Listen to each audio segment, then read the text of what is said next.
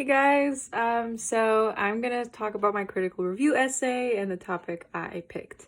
I chose to talk about a musical theater play, a Broadway musical, if you will. I chose Dear Evan Hansen, and the title of my paper was The Truth About Dear Evan Hansen.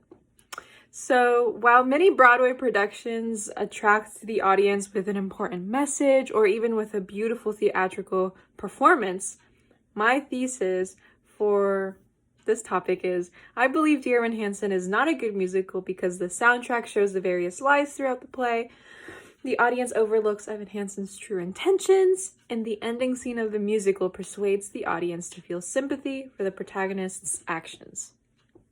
So before we jump right into the musical itself, some background about the man who created this musical. His name was Stephen Levinson. Some of his previous work, he was a team member for the Phospherdon series or Phospherdon series. I don't really know it. He also has participated in the work on screen conversion of Jonathan Larson's Tick, Tick, Boom. And he's also written some off-Broadway plays as well.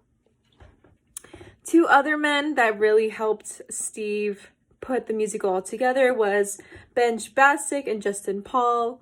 Both of these two men were a lot more well-known than Steve because they have been part of the musical theater aspect way before Steve did. Actually, Dear Evan Hansen was Steve Levinson's first musical theater experience, so it was all brand new to him. However, for these two guys, they already had some experience, and they actually created the song City of Stars for the movie/musical La La Land. So they had a little bit more opinions when it came to musical theater.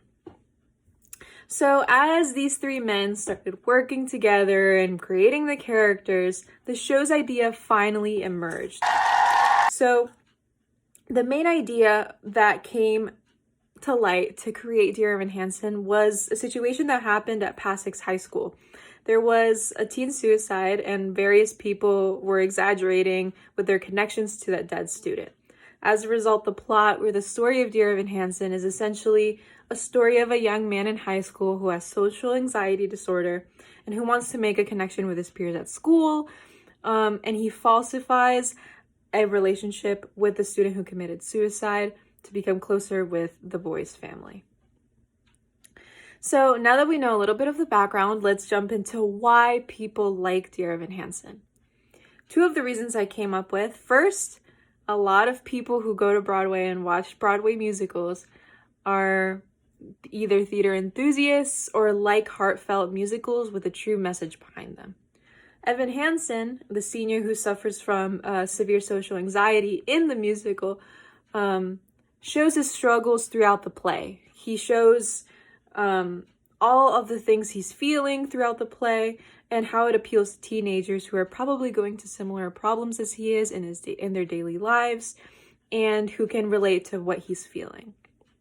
Additionally, what the audience finds appealing and appreciate very much from the show is the sense of genuineness. Dear Evan Hansen really advocates to people who are scared to reach out to others that there is people out there willing to listen and to help.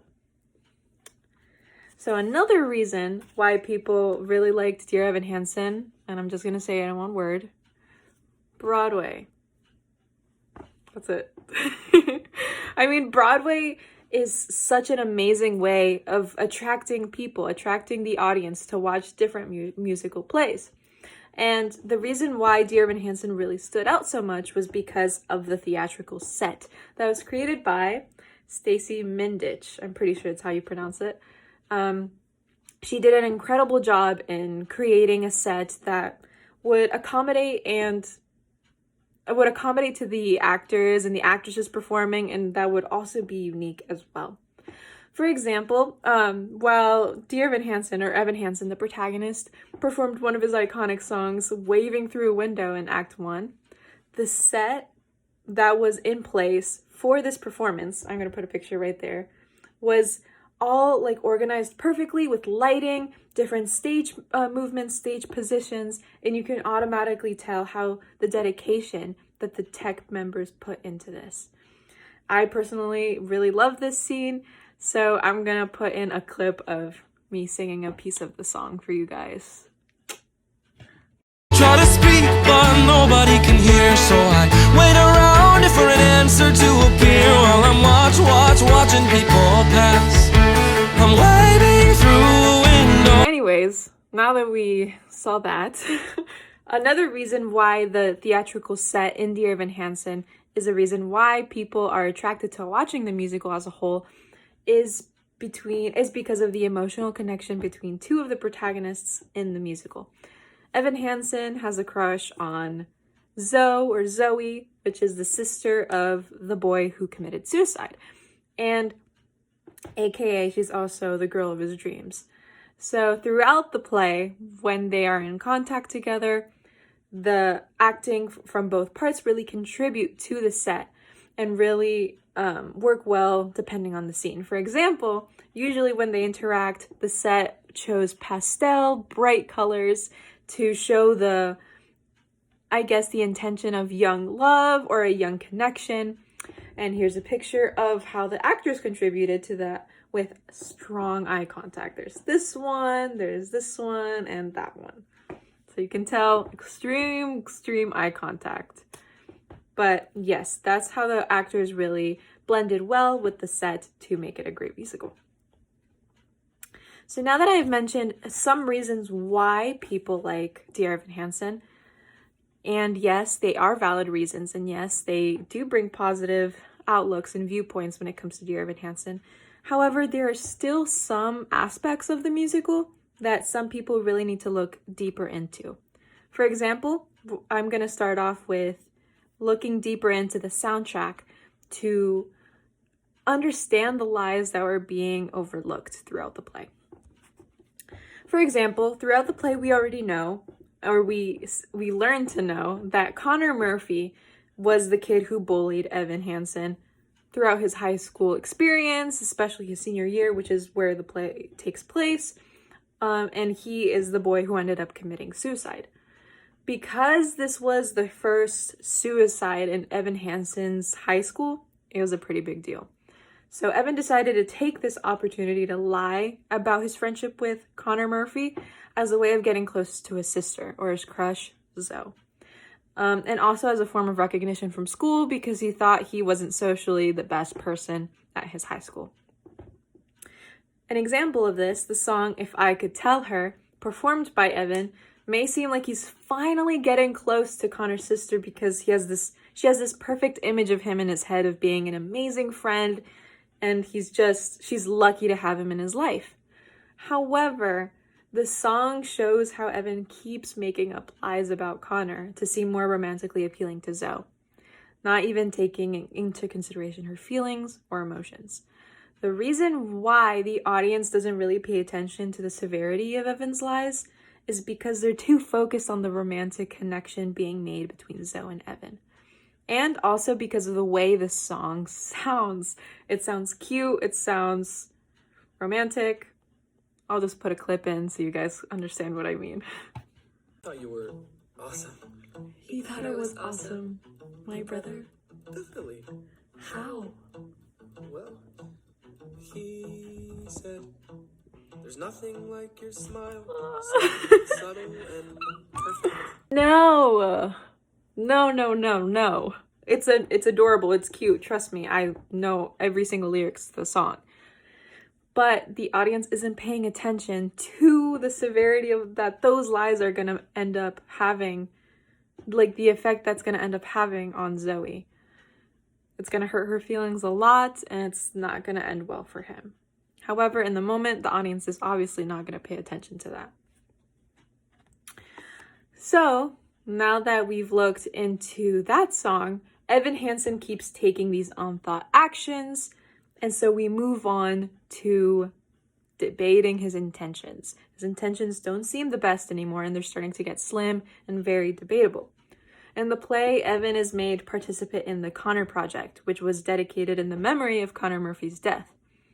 So after Connor's family finds out that Evan Hansen is taking control of this important project, they start getting very close with him, and they start developing a kind of appreciation towards him, to the point where they were willing to pay for his whole college tuition and whole college career, which was kind of a benefit to Evan, because nobody's gonna out of nowhere offer you, oh, tuition for college. So he definitely saw the benefits for himself. As Evan starts to realize how much recognition and how much benefit he's receiving, he starts taking the lies to the next level. He starts falsifying emails with Connor, like text messages he had with him through email, to gain even more praise.